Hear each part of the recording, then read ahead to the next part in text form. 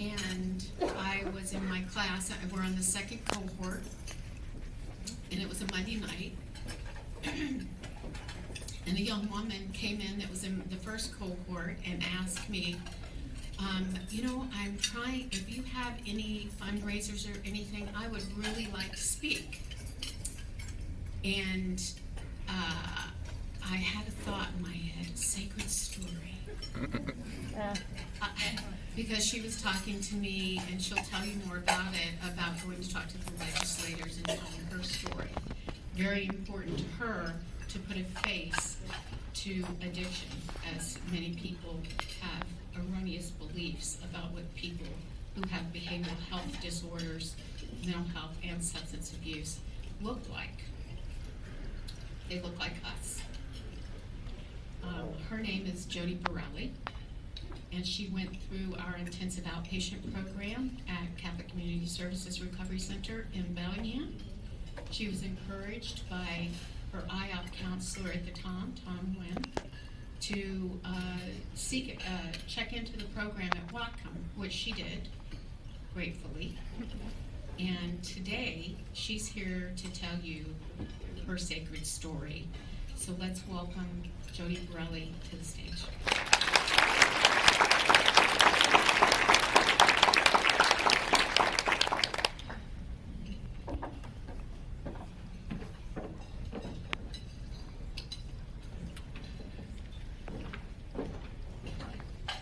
This is my first public speaking engagement, so I told my kids I'd take a picture, so everybody smile.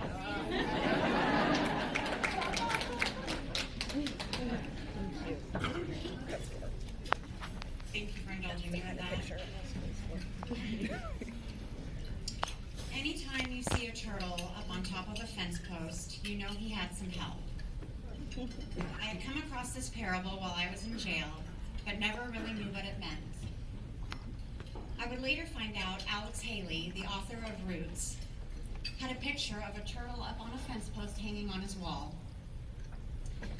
When asked about it, he replied, "Every time I write something significant, every time I read my words and think that they are wonderful, and begin to feel proud of myself, I look at the turtle up on the fence post and remember that he didn't get there on his own, that he had help." My name is Jodi Borrelli, and I'm a recovering drug addict. My addiction began after a shoulder injury and pain medication prescribed by my doctor. I went from a soccer mom and PTA president to heroin addict living on the streets of Tacoma and making an appearance on Washington's Most Wanted. Addiction stole the beautiful life that I once had.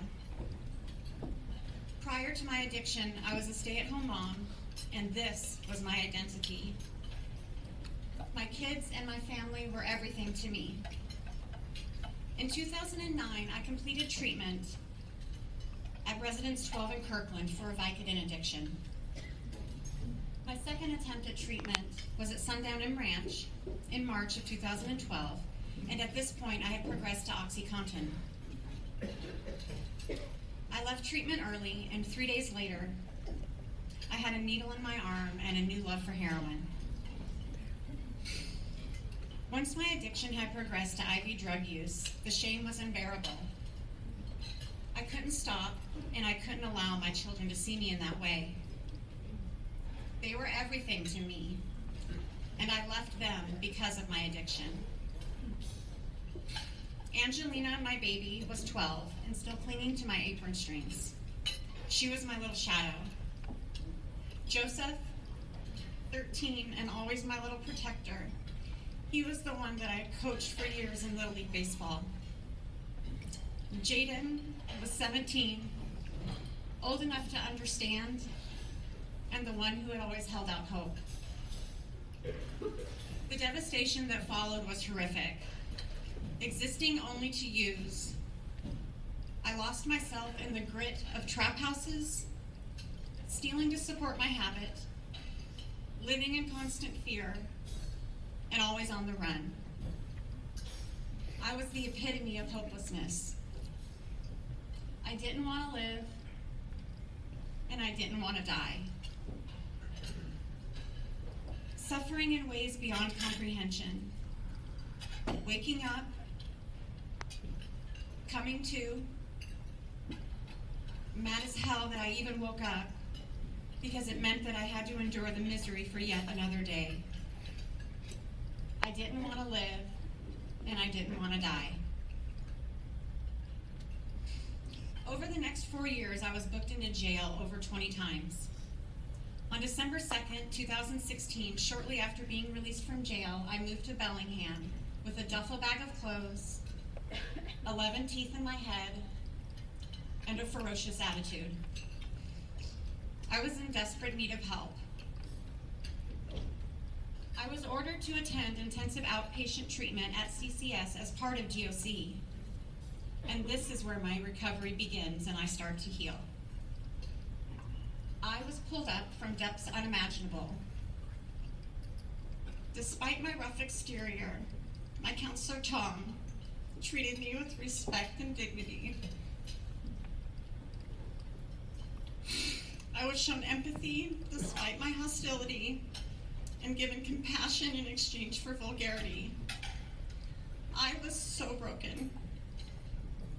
Tom, thank you for providing me with the hope that I so desperately needed until I was able to find my inner light. A transformation began to occur as my recovery starts to grow roots. I found employment for the first time in years, but working at a gas station felt hopeless. I wanted fulfillment, but I was apprehensive about everything and I had lacked confidence. During a one-on-one, it was Tom who suggested I would be a good fit for the substance use disorder program at Whatcom Community College. Shortly thereafter, I had applied and was accepted as part of the first graduating cohort.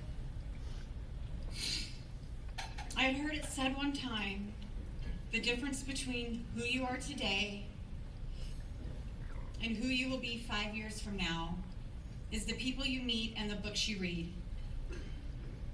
I am not the same person that I was 3 years ago. I am grateful for the opportunities that I have to learn, to grow, to be challenged, and to be encouraged. One of the greatest encouragements I've ever been given was when somebody told me to follow my passion and to not let anyone dim my light. Lex, thank you for your beautiful words. Today, my passion is to become a public speaker. My heart's desire is to shine a light on the disease of addiction and to bring addiction up out of the darkness. How fitting that my first speaking engagement is with the agency that gave me my life back and continues to lift me to new heights.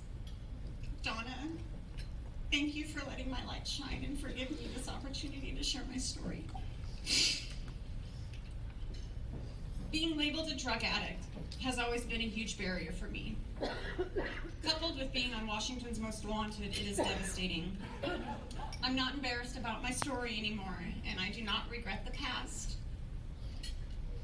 Now I get the opportunity to share my experience and hopefully inspire others. I am not the same person that I was in my addiction.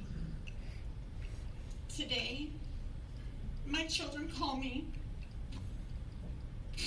They tell me that they love me and that they are proud of me.